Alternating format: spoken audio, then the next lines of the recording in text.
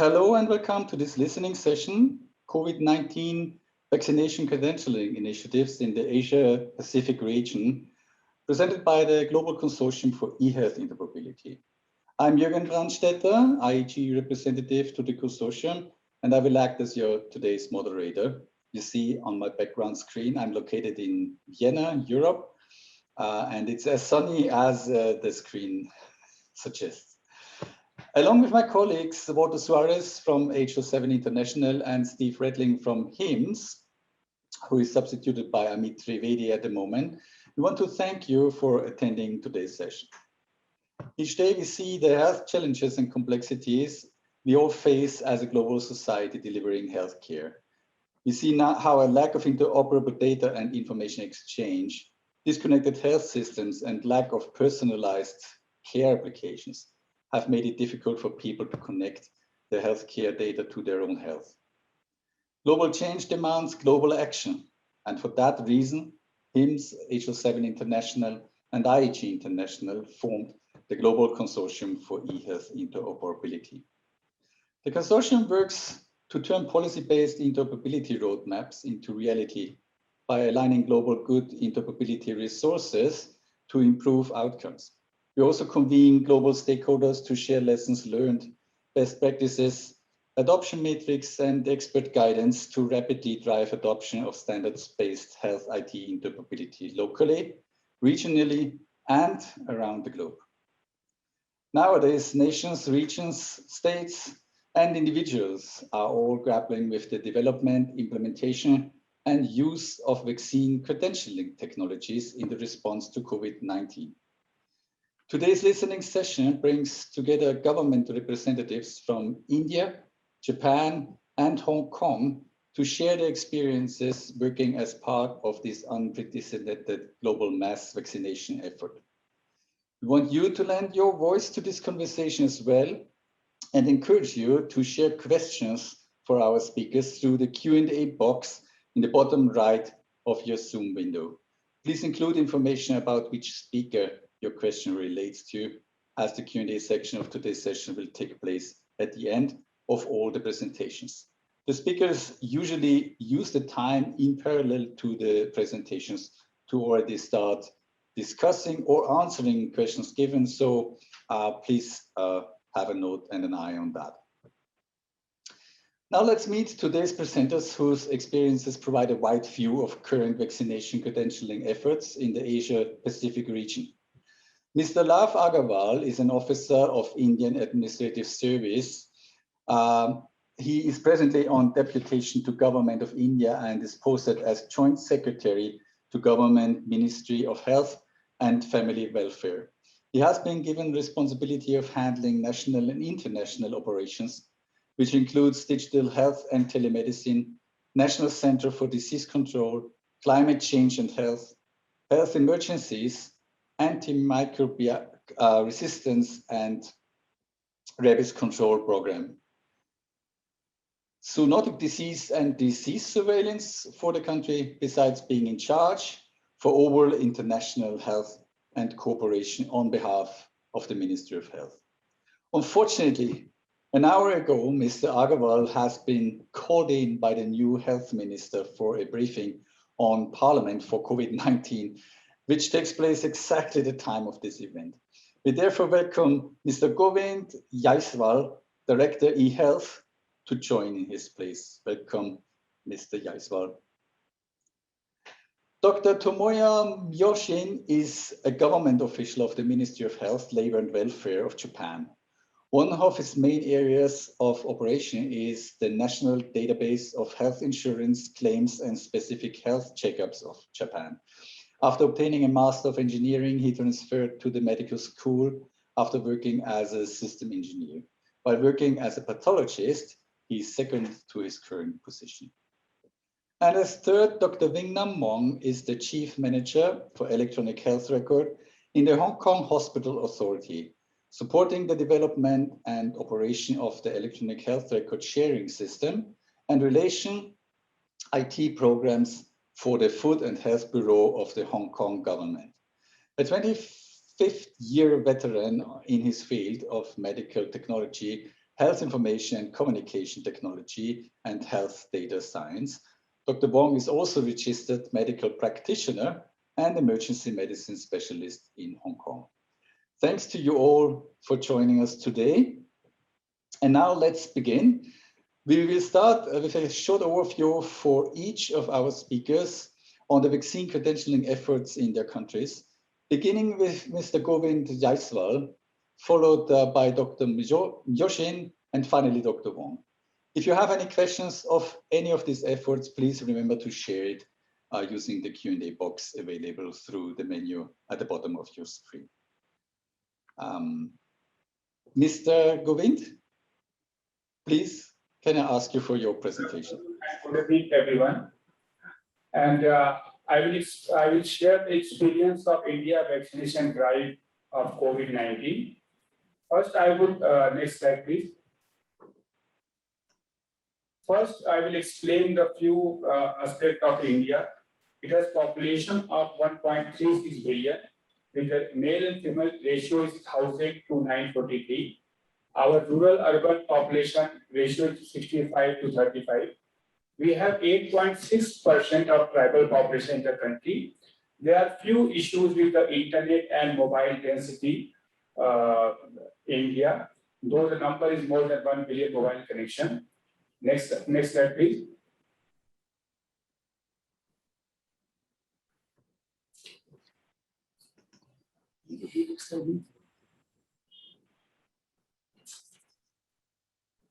Now, the COVID-19 vaccination, the issue of conducting session.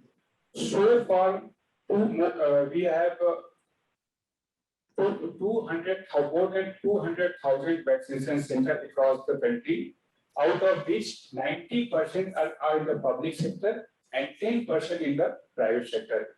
Each COVID vaccination center has at least 5 team members.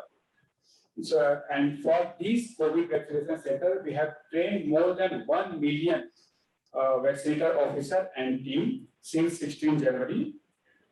Each session is created by the district administration or COVID vaccination center manager, and that session can be created online as well as the on-site facility to fill the gap of digital divide. So anyone who has not access to online facility can also visit the COVID vaccination center and his registration can be done.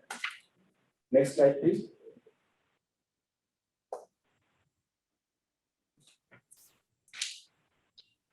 Now the first aspect to verify the beneficiary after the registration.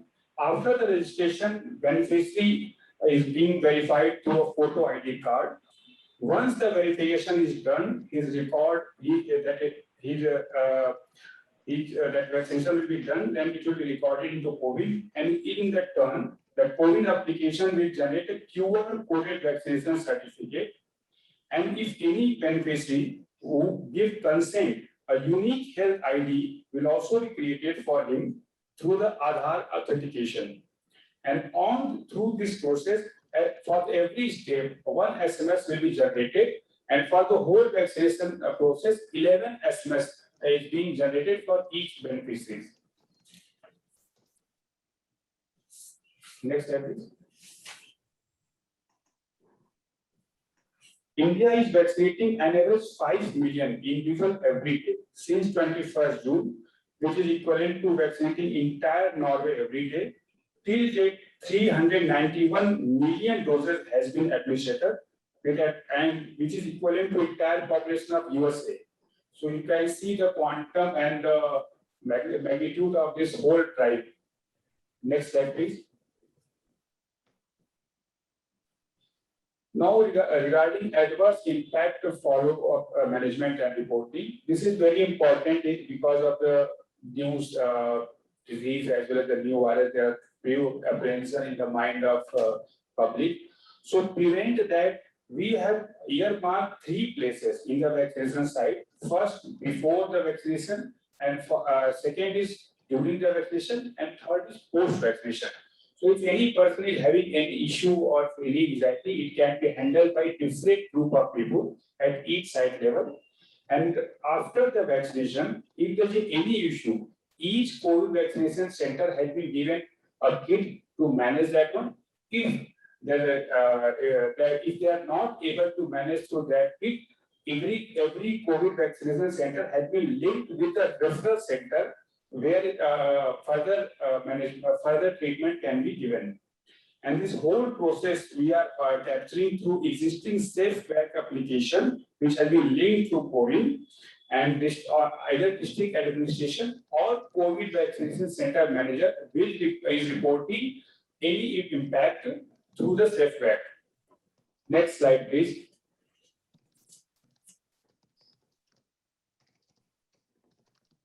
Now, this about the principle that we are following for this COVID application, which is a scalable, inclusive, open platform for universal vaccination, and we are aiming to vaccinate everyone in 2022. It is a tech-based platform facilitating the planning, implementation, monitoring, and evaluation of COVID-19 vaccination in India. The major principle which has been followed: first, it is equitable and inclusive. To see the area and the population of India, it is a single source of vaccination, so all the authentic information we are getting through COVID. It has been designed with a dynamic architecture capable of evolving and accommodating changes as per the circumstances, as well as it is giving feedback and analysis, and so the further data-driven decision can be taken for any policy decision. Next slide, please. COVID is not a monolith application. It has been designed with 4 major modules. First is registration and scheduling module. Second is vaccination facility module. Third is vaccination module. Fourth is certification module. It has been designed in that way that if in future the third party app is required to be connected to any one of the modules and the information has to be shared with any third party app, so the required information can be shared through a secure API.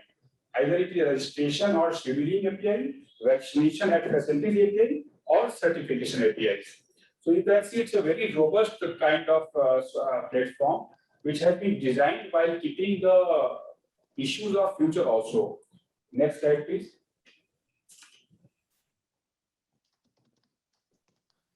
Now we can see the COVID so far, it is the fastest tech platform. So far, 200 million registration has been done in less than 14 months. And we know even a tech giant took 14 months or more than that to reach 100 million users. So COVID is the fastest tech platform, and it is a very robust. Every day it is handling millions of hits, and it has recorded 3.1 billion visits in a single day. And it has handled 13.7 million registration within 8 hours, where we open registration for the age group of 18 to 44 years. Further, we are following all the required international standard of privacy and security module, and it has state-of-the-art security taking place. Next slide, please. These are the data of the healthcare worker, frontline worker, people aged more than 45, and people aging 18 to 44 years. The first dose has been given to 311 million. Second dose is 76 million. So far, 390 million doses have been administered till the 14th July. Next slide, please. The main aspect that we are discussing about the vaccine certificate, which is being issued by all the countries in a different way. So that is the main discussion. How will it be integrated? So in COVID software, we are issuing certificate on first dose, a provisional certificate, and in second dose, we are issuing a final certificate. And these certificate we are currently using the open source utility of DIVOC through APIs. Each vaccination certificate equipped with a QR code which can be used to verify the authenticity. The COVID provides a utility for beneficiaries to link their passport to the certificate to help them in international travel, which is also a main concern, a main issue. Next slide, please.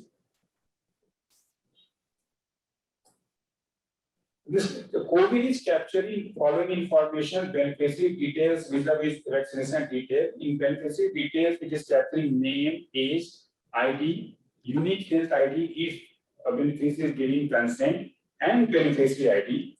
And vaccination detail also, it includes vaccination name, date of dose, next dose, vaccinated by the COVID vaccine center person who is giving vaccine, and vaccinated at. The place of vaccine is also will be captured by the COVID software. Next slide, please. These are the samples of provisional certificate issued by COVID-19 and this COVID and final certificate. As you can see, both the certificate have QR code which can be verified. Next slide, please. And this is the screenshot of the polling platform where you can scan the QR code and verify the genuineness of the certificate. The next slide, please. And thank you, everyone.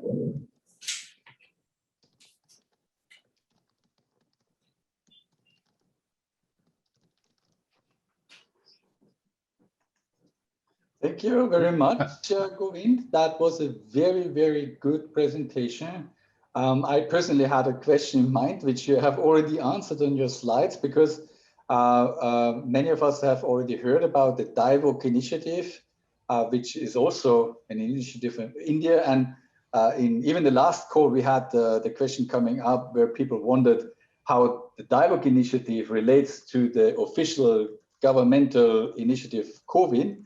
And you have explained that very well. So thank you very much. And I think we will come back to that later on. But let me now first lead over to Mr. Tomoya Myojin from Japan for giving his presentation. Thank you. I introduce, yeah, thank you. I felt India was advancing with the COVID-19 vaccine compared to Japan. I introduced the condition of Japan.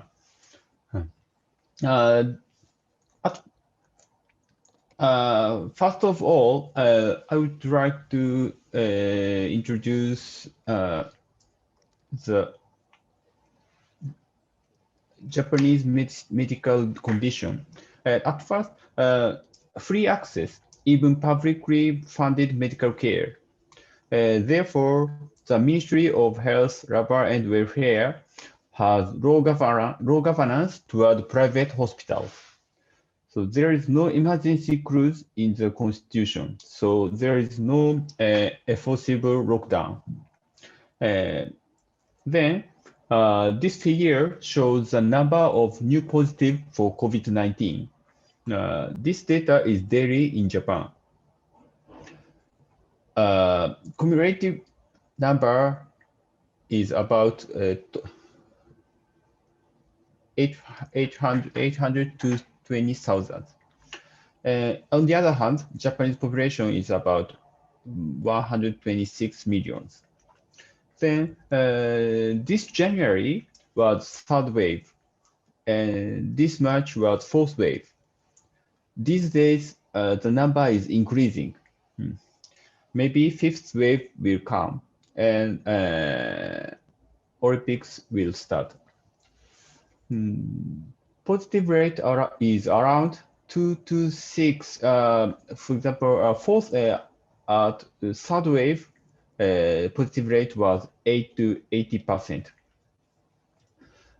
These days, the positive rate is 2 to 6%.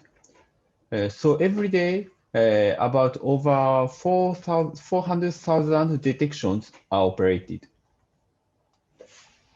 Next slide, please.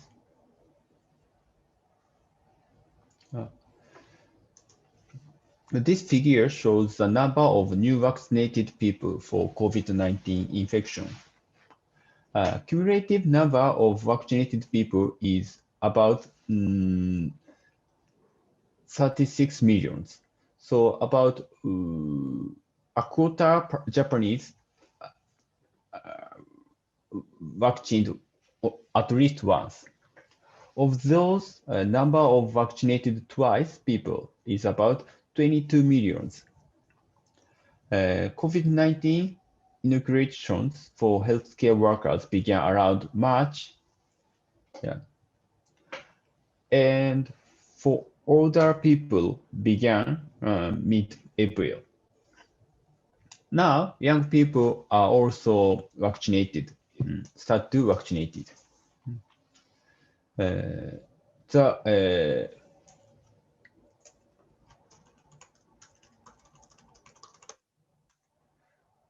dark green is sorry.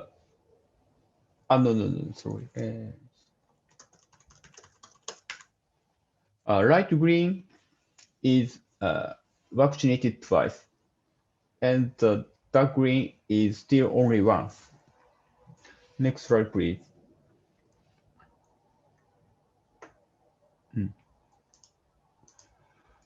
This is an example of vaccination certificate.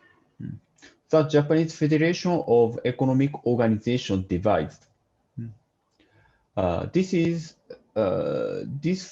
certificate contains personal matters, name, birthday, nationality, and passport number. An inoculation record, first dose, second dose by vaccine type, manufacturer, lot number, and so on. And certificate. This certificate issues municipality issues this certificate upon request. But electronic issuance is undecided now. In the future, printing QR code and cooperation with digital certificate application will be considered, but not decided. Next slide, please. No. This slide is an introduction to the vaccine recording system, VRS. Municipalities register inoculator information to VRS. It is a system that records the vaccination status of individuals when vaccination against the new coronavirus infection. The inoculator information and inoculation record information shows when, where, which vaccine was inoculated. Municipalities manage inoculator information and inoculation record information in a cloud system provided by the government. And we have no slide. I have no slides, but when entering Japan, what is the procedure I would like to say?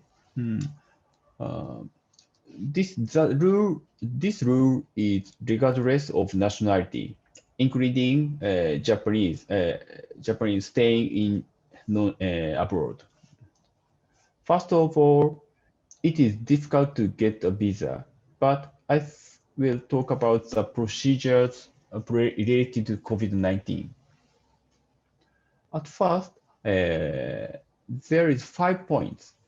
First point, obtaining inspection certificate within 72 hours before departure. Second point, securing a place to stay for 14 days and to secure a means to move there. But public transportation is prohibited. Third, when entering from some countries, Japanese government designates accommodation. Fourth point, 4 applications must be installed. The first, allocation information confirming application, which is in response to equality by HCO, Health Monitoring Center for Overseas Entrance. This apply will report your current location. Second, video call application, which is persons in charge from HCO will contact you via video call to confirm your location.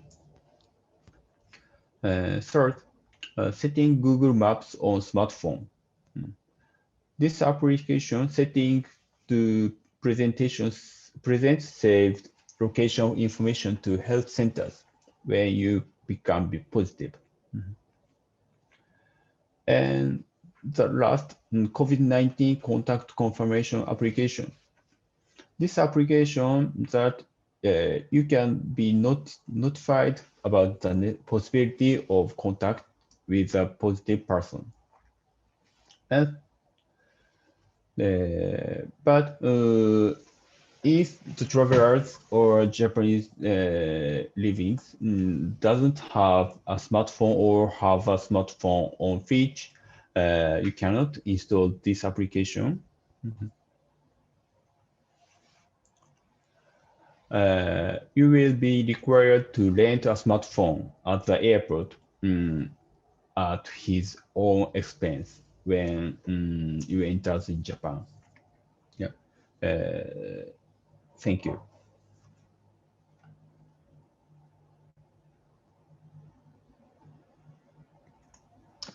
Thank you very much, Tomoya, for your presentation.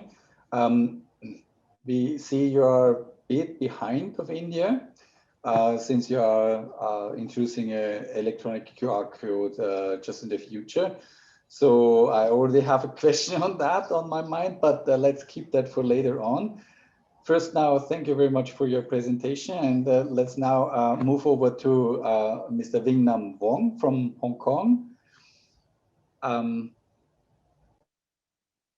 Please could you open your camera, and I think you are sharing your slides yourself, right? Yes. Thank you. And Vinh Nam, we don't hear you right now, so. Thank you very much. And I'm Vinh Nam Vuong from Hong Kong Hospital Authority. And this is my pleasure to present what we have done for COVID vaccination in Hong Kong.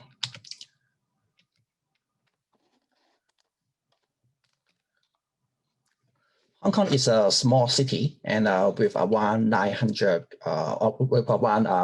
million of population. And so far we have around 11,000 of cases confirmed, and luckily most of them do recover. And since February this year, we have the territory-wide COVID vaccination program commenced at that time for all the Hong Kong population in Hong Kong. They have the choice to choose between Pfizer-BioNTech and the Sinovac, which is a messenger RNA and also inactivated vaccine, respectively. So far, we have achieved a vaccination rate similar to Japan. Around half of our population have at least one dose of vaccine given, and also half of those, in fact, have already achieved a 2-dose completed vaccination. We launched our territory-wide vaccine program through setting up of community vaccination center. We also make use of our private clinics from the private GP. And also we set up outreach team to go to the elderly center as well as the school to do the mass vaccination program for our population. Citizens could log on to a website to do the online booking for the vaccination. The site, the center, and also the choice for their vaccines. After making the vaccination appointment, they could get the SMS reminder for the first dose as well as the second dose. And in the centers, after verifying their identity through the Hong Kong ID card, our computer system could keep track on those vaccine details. Therefore, both the vaccine recipient personal particulars as well as the vaccine details will be recorded in a central computer system and stored in a central vaccine database. This shows how different systems interacting together to support both the booking, the logistic for the supply chain for the vaccine delivery to the center and to the clinics, as well as to support the documentation of both the vaccine recipient and also the vaccine details in the central database. And with that central database, we support extracting those relevant information into a vaccine code encoded in the vaccine certificate, as well as on the mobile app, supporting the citizens to show this vaccine record to whatever locations in Hong Kong for regional use, that is to verify his or her vaccination status before he or she is allowed to go into for example, a community center, a restaurant, etc. And we are working at this moment of time to go beyond the local use of the health record and also the vaccine code, but also to go beyond Hong Kong, go beyond the regional use to make use of those centrally collected information to do the third-party certification, so that that information could be used for the cross-border traveling. This is what we have in our system for the vaccine recipient to receive, on one hand, the vaccine, of course, and on the other, a vaccination record when he or she have received the vaccine. And those information has been collected in our system will be printed out on a A4 sheet vaccination record, showing the name of the name and also the ID of the recipient, as well as the vaccine details. And part of the information will be encoded into a 2D barcode for verification. We also have developed another application to read this 2D barcode so that information contained in this barcode, as well as on the screen, will be verified by another mobile application for local use. And as I've mentioned, we are moving ahead to make use of this information for cross-border travel. This is what we have been examining, is that we are working closely with EU at the moment, because both EU and also WHO have published the guideline as well as the data set for the third-party certification, so that the vaccination record in one country could be verified by a third party for that citizen in one country to go aboard to buy the air tickets and also to come aboard into another country through a third party certification. And at this moment of time, we work closely with the EU to verify the standards and also the data set we have already in our central vaccination database could comply with their requirement, so that a third-party certification institution or company could make use of our data in our system to do the certification for our citizens. And the other organization we are working with is the WHO. And the difficulty for us at this moment of time is that there's no a single organization who will publish a international single standard. And therefore, we expect we need to work with different organizations. The first one is the EU. Perhaps the next one will be WHO or the US CDC. And to sum up, these are the challenges and also the opportunity that we face when we launch our vaccination program in Hong Kong. There's still a lot of room, a large room for us to catch up the vaccination rate. As compared to other countries in the world, for example, in the US and also the UK, they could really achieve a very amazingly good vaccination rate. But in Hong Kong, because this is voluntary, it's still a voluntary scheme, although it's free of charge, but we think that free is not cheap enough. we realized that we need to provide more incentives for our citizens to do better vaccination, if not mandatory. And also, while we're examining our data set in our central vaccination database, we realized that most of the information that we have collected, similar to India and also Japan, most of the information collected are already there. But somehow we realized there is a big issue for a standardized vaccination code. That is the vaccine codes by the manufacturer. Different countries may have different naming nomenclature, and also the standard and for the different vaccines available in different parts of the world. And for a international certification, perhaps a standardized, single standardized vaccine code that is not just readable by human, but readable by the computer is important and essential for cross-border third-party certification. And we are still waiting for that. And also, who will be the third-party certification institution or company is also important.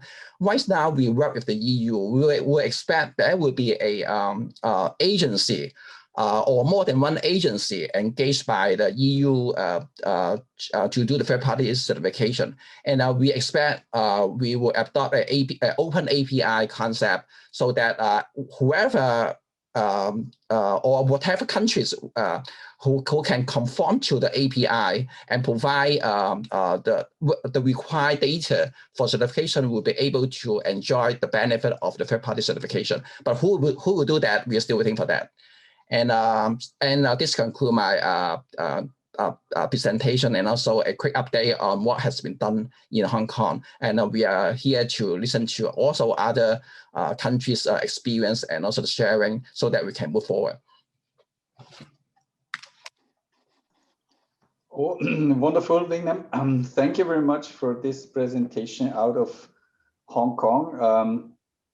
It's for me personally, it was very nice to hear that you are planning to collaborate, or that you're already collaborating with the European Union. Since I'm a European citizen, that makes me a bit proud. We have, as you said, in Europe, taken a lot of efforts to get the vaccine credentialing cross-border going, because it was so essential for our inner European cross-border traveling, not business and tourism, of course. And I think there was a big thing achieved among these 27 member states to sit down and tear that together in just a few months. So you see what is possible if there is enough need behind it. But however, so thank you very much to all of the three presenters. And we have already collected some questions, which we will deal in the end in the Q&A. But if you have time, please, maybe you can answer the one or other question directly in parallel into the window. And to the audience, please feel free to cast any question you have on your heart. We aim for a fruitful discussion, and we are happy about new thoughts, and so that we can make something out of this meeting and of this listening session, maybe some ideas for the future. So again, thanks to all of the presenters. I got some key points and I made some notes, and I think in India, I think what's so impressive are the incredible numbers you have there in terms of, registrations and citizens, and alone, I mean, you said, I think 30 million registrations within 8 hours to your COVID system. I mean, this is really amazing, and something other countries can just, I'm not sure if they want to dream about it or if it's a nightmare about it, but it's certainly numbers which make you unique globally.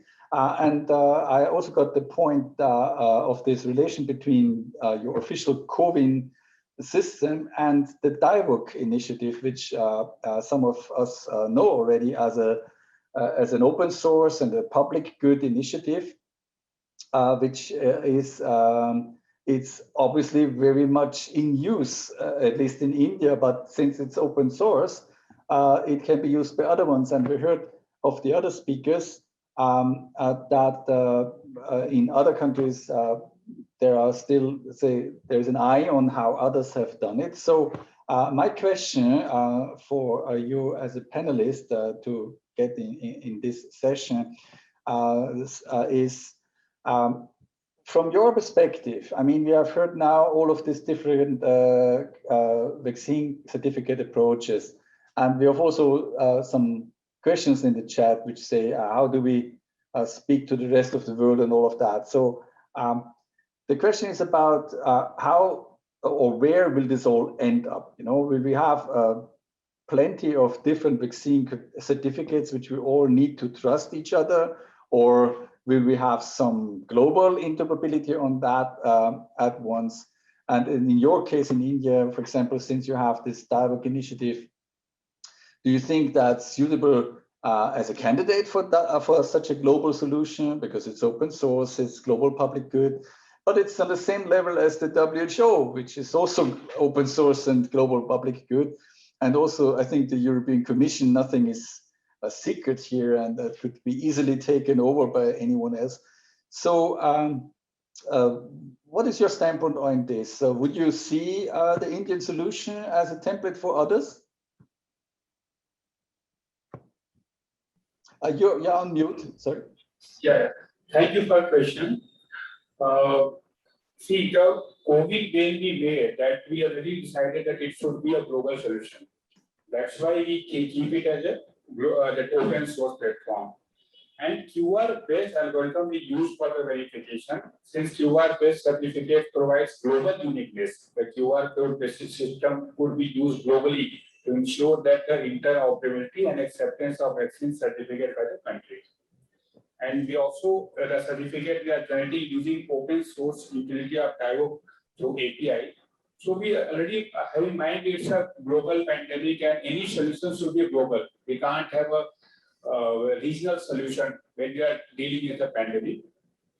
Though we are agree and we are following the QR code, but if there is any common framework which has to be developed for the whole world, we agree with that effort, but that effort should be under the leadership of WHO. So their process can be discussed at their platform, a common consensus of other member states can be obtained.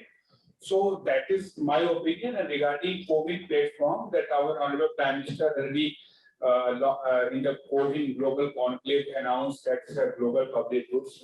So which can be used, and we are open for any further discussion and any common framework that has to be developed, but it should be under ambit or under leadership of WHO. Thank you. Thank you very much. That is very enlightening. May I immediately move over to Tomoya from Japan after hearing this? Same question to you. What are your thoughts about achieving global interoperability adoption of these vaccine certificates? And see, you're in Japan. You have said you are just on the paper version and are working on the QR code version yet. So do you think there can be some synergy from your perspective? Thank you. In Japan, QR code, as I said, a QR code and API connection is not developed. But I think classified by layer is the same as the OSI reference model. It is necessary to clearly separate what must be common here and what is not.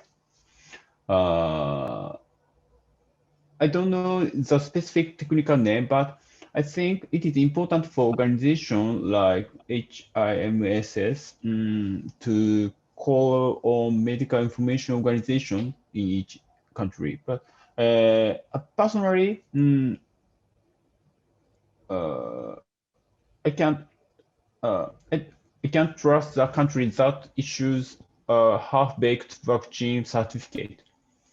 So therefore, it is not necessary to make everything digital. And I think it is the most important for each country to issue a reliable vaccine certificate.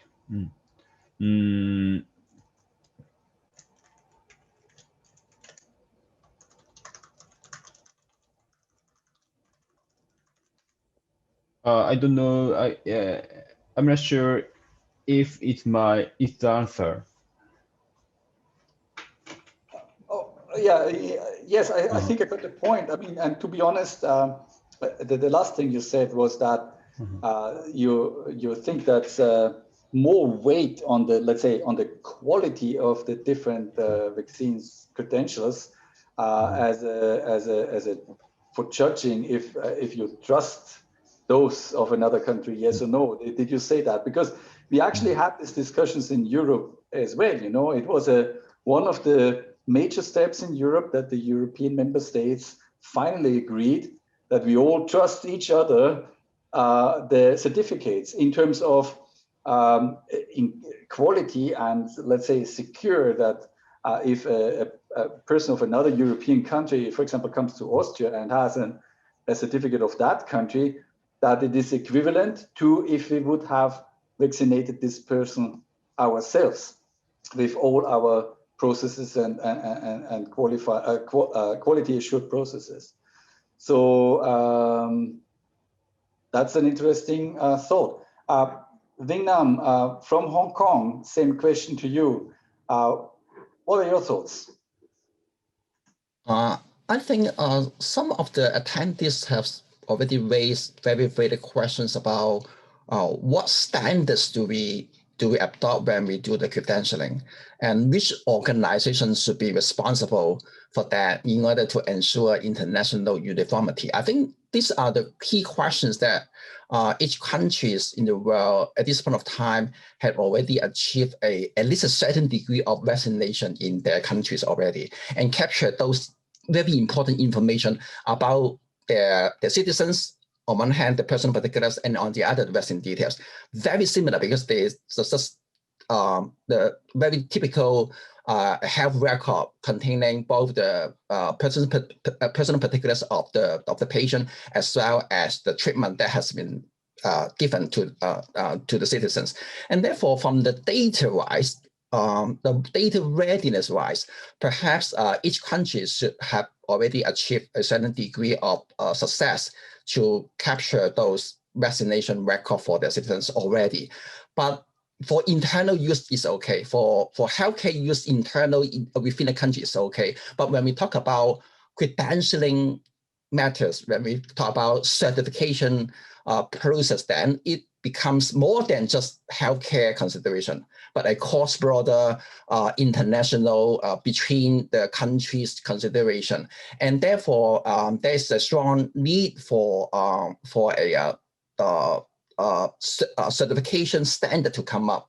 Right now, at this point of time, we realize that both WHO and also EU have published the certification guideline, as well as the minimal data set that should be ready for any certification to carry out. This is a good start, but we are, as a health IT agency in Hong Kong, we face the problem that if there is more than one standard, that means that we have to map. We have to conform to more than one standard. And if there is going to be a more than one COVID vaccine code, for example, for COVID vaccine name codes, for example, then that means that the IT need to map across the EU standard, WHO standard, the CDC standard. This is something that we anticipate that will happen, because I realize that there is a question asked, in what way should we align or to prioritize which standards should we go first? My straightforward answer is we need to anticipate that we need to do the mapping. We need to support more than one standard eventually anyway, because we cannot expect the EU, WHO, the US CDC will align on their own. They will have some reasons to insist on their own standard. For an international travel perspective, we cannot just support the certification for some countries, but not the other, when our citizens want to travel abroad.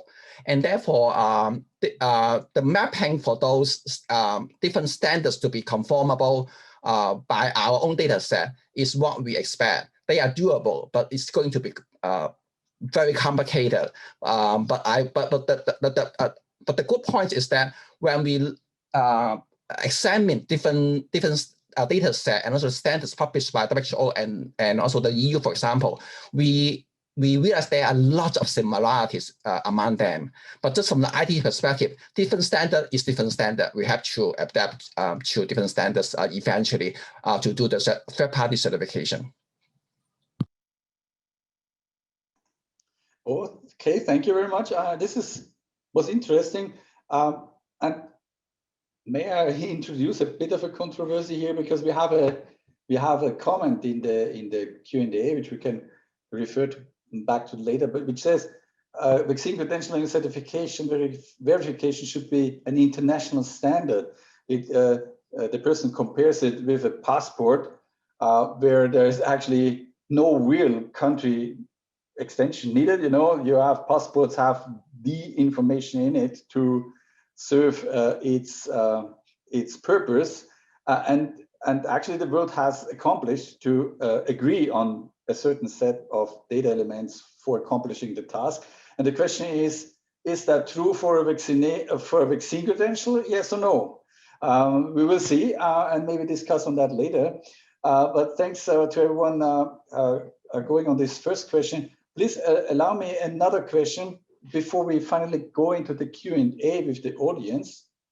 So the other question is health equity related. So we see that health equity is an important issue in most of or all of the health systems around the globe. And the question to each of you, and I start again with Govind again from India, is how does your vaccination credentialing effort take health equity into account? And out of your experience, what are the discrete equity issues informing this development of your efforts? Please, Govind, if you are ready, open your microphone and camera. Thank you.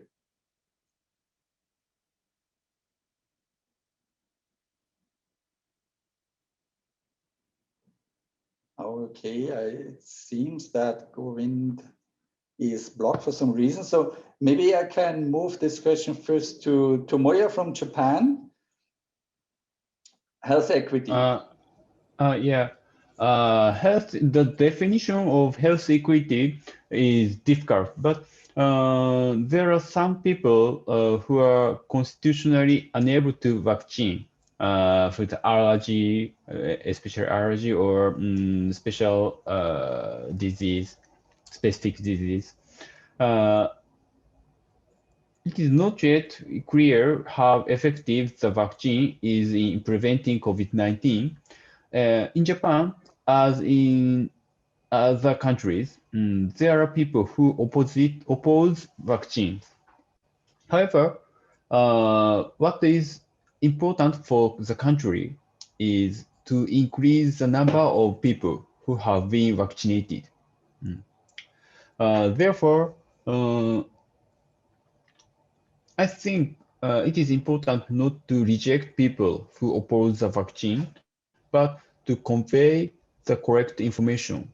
So the program is, I think, not reject.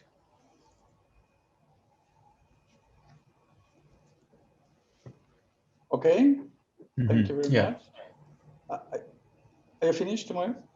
Yes, finish. Yeah, okay. Thank you very much. Yes, and you bring up an important point because, of course, we see all of that happening in Europe too. There are a lot of people, more than we actually would like to see, but who object to vaccinations. But there are also some who cannot vaccinate it. And in Europe, for example, that was the reason why we did not only create a vaccine certificate, but we also create a tested certificate and a recovered certificate to make it sure that all of these granted access, which actually these vaccine credentials certificates will actually lead to, are as most equity in it as we can. So that means if someone cannot be vaccinated, we still needed to provide something, a mechanism to give this person the same quality of, or at least almost same quality of getting access to things by, for example, being tested. The same goes for the recovered persons. So, Vingnam, can you answer to the health equity question? Yeah, yeah, it's a difficult question. Yeah, for any healthcare organization or health department in the countries. And in Hong Kong, we also have both the health certificate as well as the test certificate. Okay, as an encouragement, being vaccinated in Hong Kong could entitle a citizen to different lucky draws provided by commercial companies, and also allow the citizens to have the gathering with less restriction. For example, in restaurant or visiting elderly centers, hospital, etc.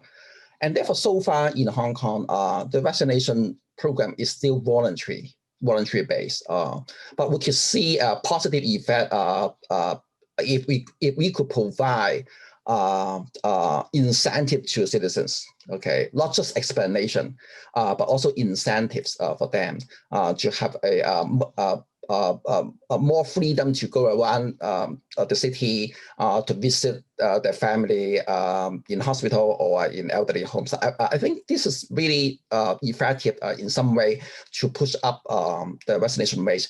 However, we understand that just by doing that, perhaps we still cannot achieve the more than a 75% community high immunity vaccination rate just by voluntary participation. And perhaps also in Hong Kong, our government still need to explore if the citizens, if the government want to set up further rules to expect their citizens to either get vaccinated or to do repeated COVID tests in order to allow them to go to school for on-site classes, to do a certain high-risk work, for example, in hospitals or elderly home, to take public transportation, to buy air ticket, for example. And therefore, this is a dilemma where we need to balance both the personal choice of whether to get vaccinated or not and the public safety. Yes, so true. I mean, I see we are really sitting in the same boat everywhere. I think we have lost, for technical reasons, Govind from India. It seems he's not in the list of the panelists anymore. So Adam, could you make some? Could you check what's going on? Maybe we can bring him in again. Until he's back. Maybe one question to you, Vingnam, and Tomoya. I mean, do you think that the techniques is an issue here? I mean, would, for example, providing or coming up a smooth interoperable solution in form of a kind of a global app, you know, which is working everywhere like a phone or something like that, would that help in resolving those issues you just named, you know, with these let's say to lower a little bit the health equity issues which we have at the moment? Or is it more a policy thing? Sure.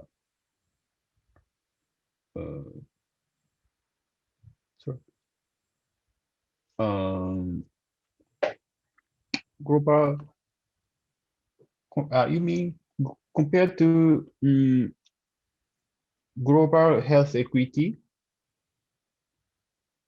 Yeah, no, I was referencing to this this question that we have this balance, what Vingnam said in the last of, you know, the interest of the public health versus the interest of an individual who should, and that's definitely should be free in his or her choice about vaccination and so on. And my question was, can you imagine that, for example, a smooth and interoperable and handy technical solution would maybe help in this and getting more people vaccinated, or do you think that has no influence and it's just, you know, it's on a total different level? Yeah. 木村先生なんかあります。Yeah, Wingnam, you can also reply if you want.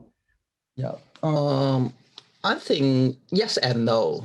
Well, because whether or not you receive a prophylactic treatment, vaccination is a personal choice. And on one hand, and on the other, there are, of course, valid reasons for some patients who could not receive the vaccination. And therefore, we cannot mandate everyone in the country to get vaccinated. Okay, this is the fact. Okay, however, there are lots of people who are in the middle. There's some people who really buy, okay, they get the vaccine right away. And there are also people who refuse at the end of the day, okay. But there are lots of people in the middle. And if we could somehow create more incentive, on one hand, not just money, not just the reward, but also the chance and also the facilitation for them to enjoy a better life, a more normal life, and also to enjoy the benefit of, for example, because right now there's still a lot of social distancing restriction in different parts of the world. In Hong Kong, there's still a lot of concern for the government to open up all the public school to allow the students to go back to the school for on-site classes. And this is a very valid reason for the parents, because, for example, we have launched the vaccination program by priority. Okay, for those high priority citizen group will get vaccinated first before the other. Many of the parents who themselves may not have vaccinated, but when we roll out the vaccination program for the younger age group, they will consider that they may have reservation for their own to get vaccinated, but they have a more open mind for their kids to get the vaccination, because they want their kids to go back to school. Very straightforward incentive for them to consider. And therefore, if we could get hold of the psychology of our citizens to provide different incentives to encourage them to do the vaccination, and also on the other hand, to provide technical solutions so that they could easily to do the booking, and also to easily to demonstrate, to show up the vaccination record, both locally for local use, and also globally to do for the, after certification to go aboard. I think there are valid reasons to encourage the citizens to do a better vaccination rate from my government perspectives. Thank you. It makes sense.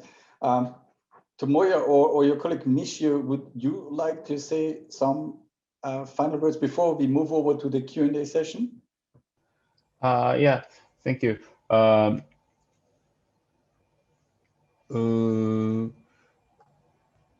think the diversity of vaccine certification, but I think at least in Japan,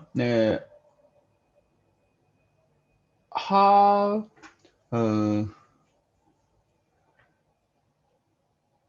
Japanese society how to accept the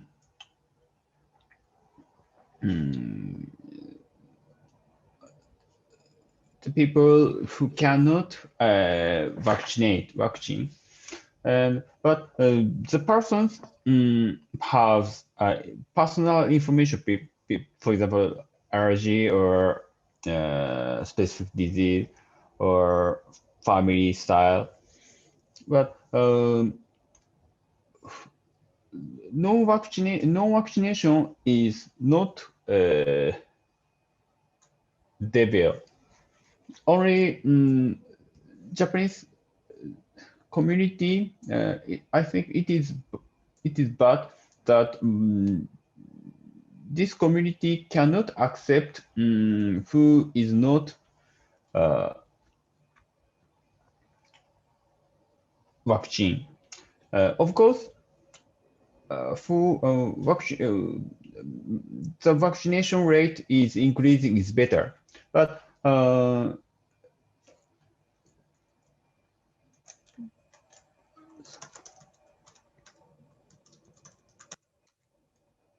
But it is, discriminating is wrong. And these days, IT social net service is developed. So, for example, element college or company is easy to get information, perhaps personal information also. And so many people are sensitive for private personal information. Yeah. This is anyway, Michio Kimura. Can I help him something? Yeah. Jürgen, this is Sure, Michio sure. Kimura. Just go ahead. Oh, let me say, certificates, how the health security can be acquired by the people who use it, not by the vaccine certificate itself. So I think before making decision whether to accept vaccination or not, the person should be noted that by this, you are going to have this privilege, you are allowed to go here or something. So you can use whatever your choice. So it's not the certificate itself. It's a society who completes the health equity. That's my opinion. Okay, thank you very much. It's unfortunate that I think we have lost our Indian speaker, Adam. Not sure if you have some background information on that, so maybe he comes back. But until then, I would say we move on now to the Q&A session, because we really received a lot of questions in the box, and I have just opened it up and scroll through it. So first, thanks to all the information posted in the chat window. We see here, for example, something which is going on in Pakistan.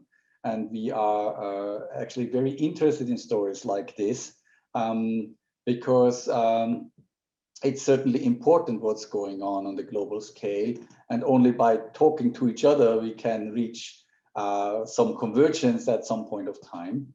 But the prerequisite is that we know what's going on. So thank you very much for this. And also to Jay Ganesh for the information, or for the more information on the DIVOC and on the COVID project, and on the Digital Public Goods Alliance link. Thank you very much for this. And now moving over to the Q&A window, I've received, I said, a lot of questions. 6 of them are already answered. So let's now first go through the still open ones. They seem to be more tricky. So we have the first one, which is there room for private companies, startups to participate in the development and operation of a vaccine credentialing system? Or is it this best left to government agencies? And I would complete this sentence by, or non-for-profit open source initiatives such as DIVOC. So Tomoya, Michio, and Vingnam, would you, Vingnam is just typing an answer, but could you give us the answer maybe in Word? Yeah, I think when we do the credentialing, we are passing the COVID vaccination information to the agency to do the certification and validation. And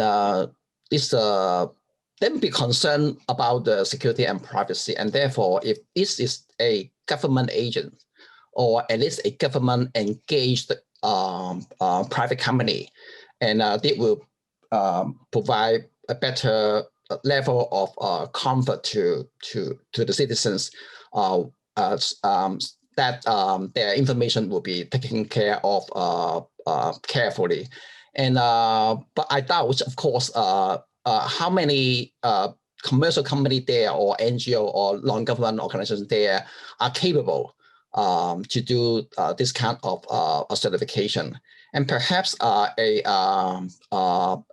joint partnership between the government with the commercial company together, so that the capability and also the expertise in the commercial market could be engaged by the government agent to do this kind of third-party certification, may be a better way. Yeah, thank you. I mean, we have heard last time from the BCI initiative in US, which is actually a private sector initiative, to be honest. And but it had so much, so much weight that it actually matured into a well-accepted credentialing initiative. But on the other hand, there was no competing governmental initiative in place. So yeah, we will see.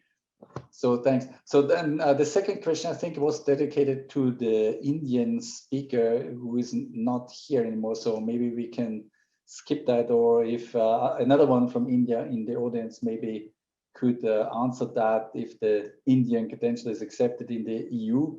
I personally don't know, I have not checked.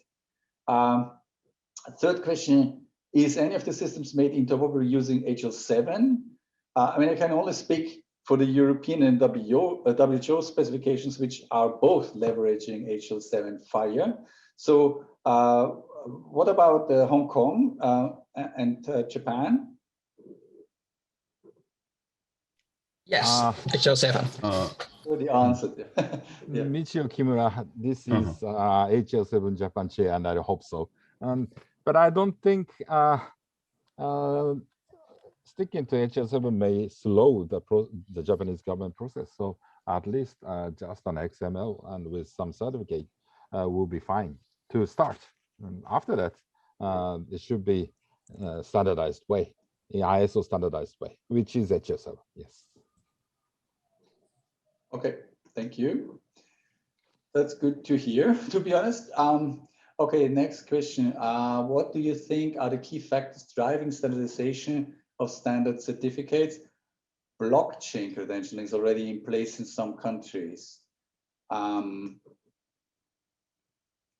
So I think that that's actually more or less the same question we had in our the first question of our panel. So, but again, what are the key factors driving this from your perspective, in short? Do you think WHO as a governance body should have more lead on it, or do you think the standards development organizations shall have more push on themselves on it, or how do you think that could work? Maybe I start first. I think from the health record perspective, I believe most countries, the COVID vaccination record in most countries are already conforming to the typical standard, the SNOMED, and also the FHIR standard for the health record. So because the COVID vaccination record by itself is not complicated, just the person who have received and also what have been received. Okay, I think the key question is how can we make use of those very basic information to do the validation? How can a country trust another country that a citizen in your country do have received a vaccine that I recognize? And therefore, I think the key step, the key factor is to have all the countries sitting together to come up with a trustworthy and also approach and also workflow, so that it's not too much, it's not too difficult to achieve, but at least practical enough for a agent engaged by whoever organization, EU or WHO, to publish the standard or the minimum requirement for each country to conform. As long as they conform, you should trust that country for to receive to allow a citizen from other countries to enter into across the border into your country. I think this is most important for the countries to realize that there is a need to reopen up the border in order to reopen the economy, so that for all the citizens in different parts of the world to go back to a normal economy, normal daily lives. Thank you. I agree to that. It is reciprocal. It's country to country matter. All the blockchain methods and other falsification methods comes after that. So it's first country to country reciprocal trust. That's it. Thank you.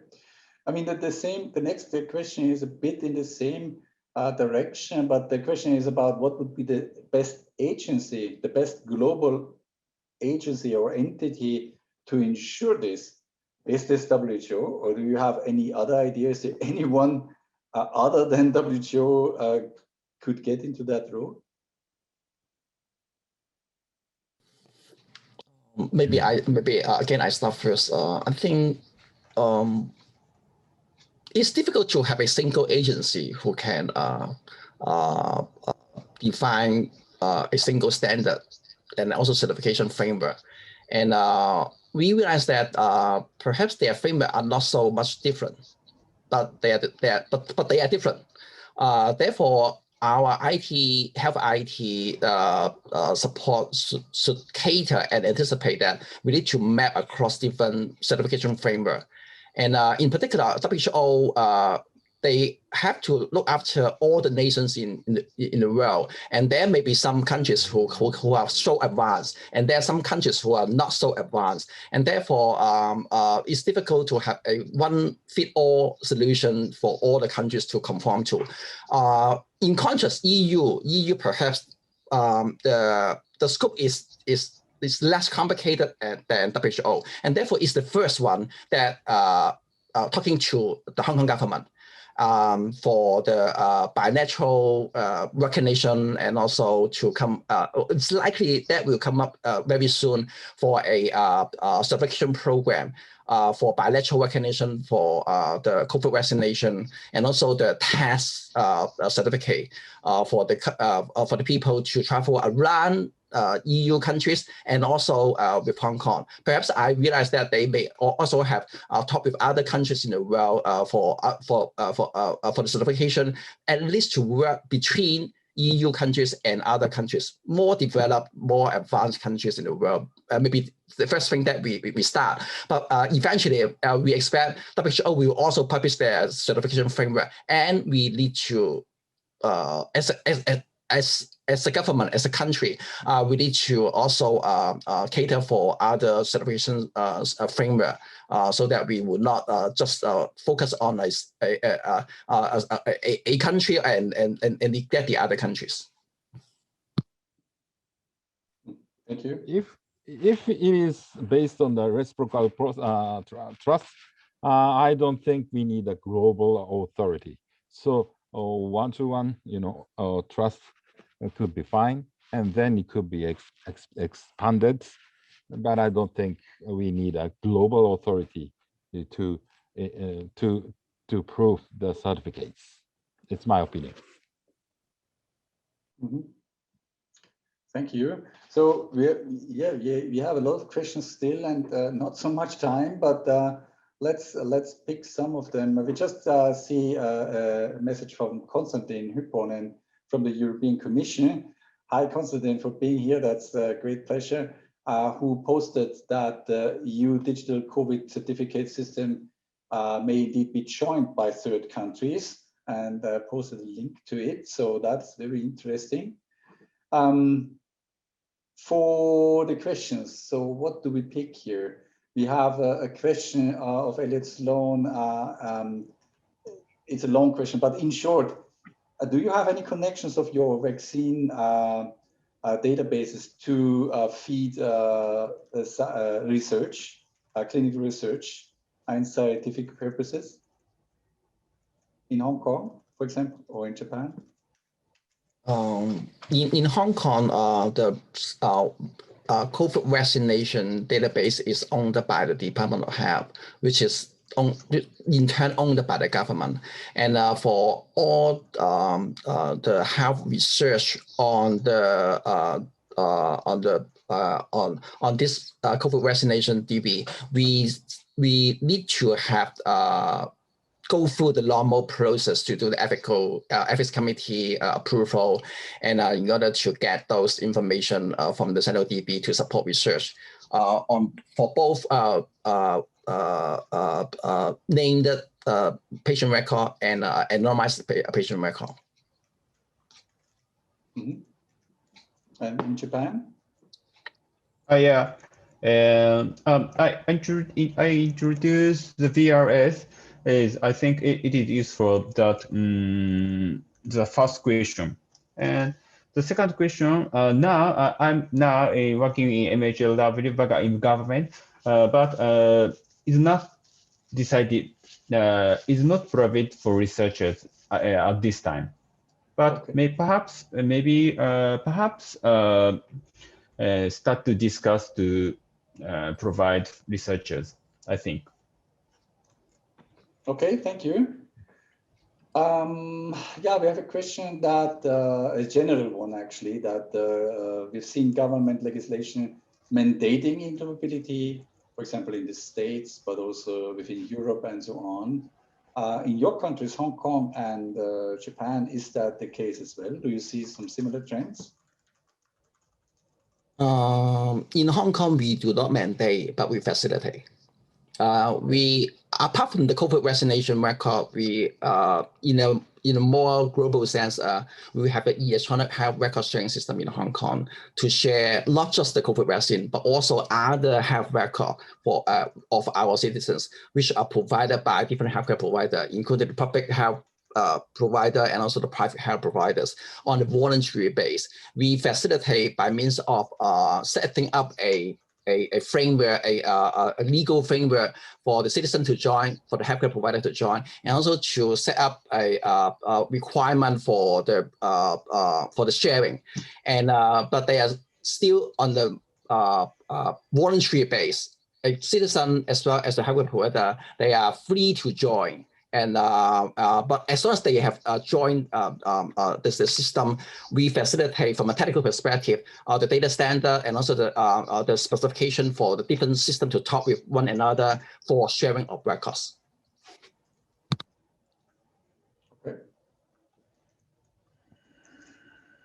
So then we have just a few minutes left. So let's do what we can. But I would like to give my colleagues of the consortium also some minutes for some words. So let's pick one more question.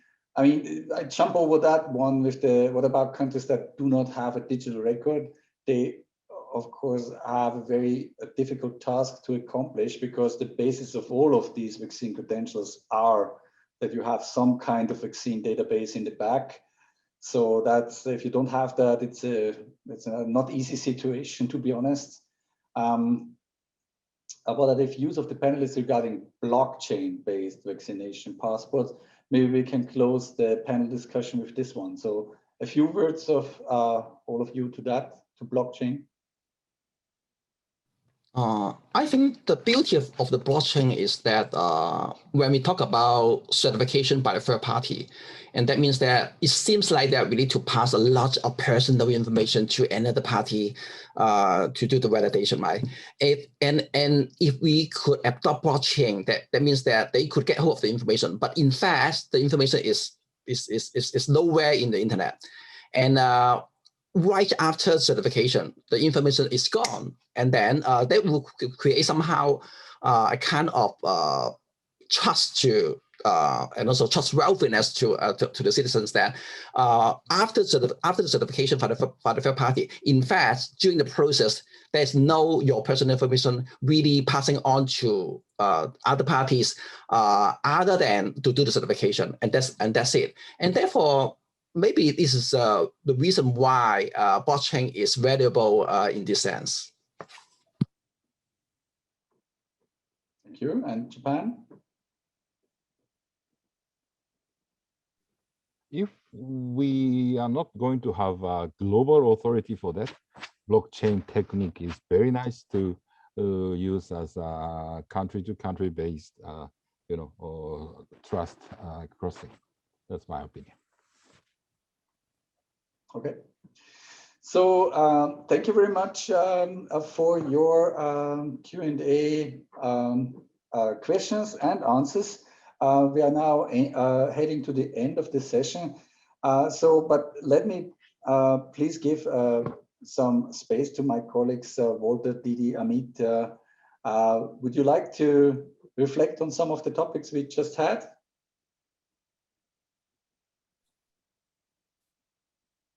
Sure. First of all, I wanted to thank all of our speakers and participants today. And I think part of my comment reflects on that. You know, we've held a series of listening sessions, and we've been hearing from people all over the globe. And it seems wherever we go, in whatever language we may be speaking, we're all facing similar challenges, especially with health equity, fostering trust in the system, identifying patients, authenticating records. And as Govind mentioned, you know, we're looking for global solutions for a global pandemic. And so I think the best thing out of all of this is the discussion and the opportunity to share our experiences and collaborate and see where we can do more together in the future. So I just wanted to say thank you for your participation. Thanks, Amit. So true. Walter, maybe on behalf of HL7, you would like to say some words? Well, yeah, thank you very much. And as Amit mentioned, thank you. I want to thank all our speakers for this wonderful session. I think the same or very similar challenges exist all over the world in different regions in the implementation of vaccine certificates. And I think the lessons that are being learned through the local implementations are very, very valuable.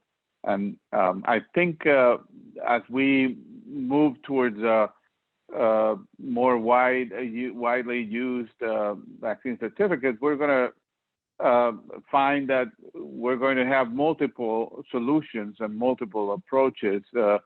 And the important thing is going to have to be behind the scenes, how do we make sure that all these approaches and solutions are ultimately interoperable, so that someone traveling from India to Europe, to the US, to South America, will be able to show their certificate, digital certificate, in a very reliable and secure manner. And it will be acknowledged, accepted, able to be read and verifiable across all those regions. So I think very important to have internally within a country certificates like this, and to be able to access different activities, whether it's schools or universities or you know, events or other activities. And then when it comes to traveling outside of the country or even inside of the country, I think it's going to be important to ensure that type of interoperability across the multiple types of certificates that we're going to say, and certificate approaches that we're going to see flourish, and we're already seeing flourish around the world. So thank you again for a wonderful presentation, and thank you, Jürgen, for facilitating this event as well. Thank you. Thanks, Walter. Thanks very much. Didi? Again, on behalf of the Global Consortium, I just want to thank the speakers for their time today. I know there were several answers that were not given, so maybe we could take an action item to perhaps capture the questions that were not answered and maybe provide some written answers that will be posted with the webinar. I also saw in the chat a few folks asking if the slides will be available and the recording. And just to confirm, yes, we will be, as all listening sessions, posting the slides with permission from the speakers, as well as the recordings. But again, thanks to everyone for taking time from your valuable day today.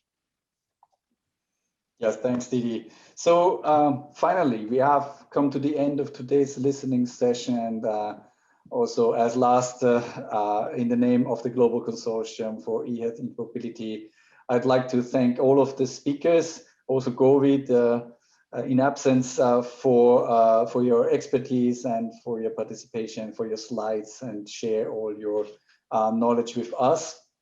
Also, thank you to the audience for these wonderful questions, and we will work them up, I promised, and we will also send out the slides and the recording and publish that on our webpage, globalhealthinterop.org.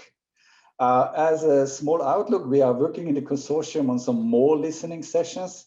It's not entirely fixed in date, but we are pretty sure that we want to continue that in other areas of the world. So we thought to have a listening session on the same topic in the Americas region, so Latin America in particular, and in the Africa, Middle East region. So, but please look out to announcements regarding that. By that, thanks again for participating in the call today. Goodbye and be well and safe.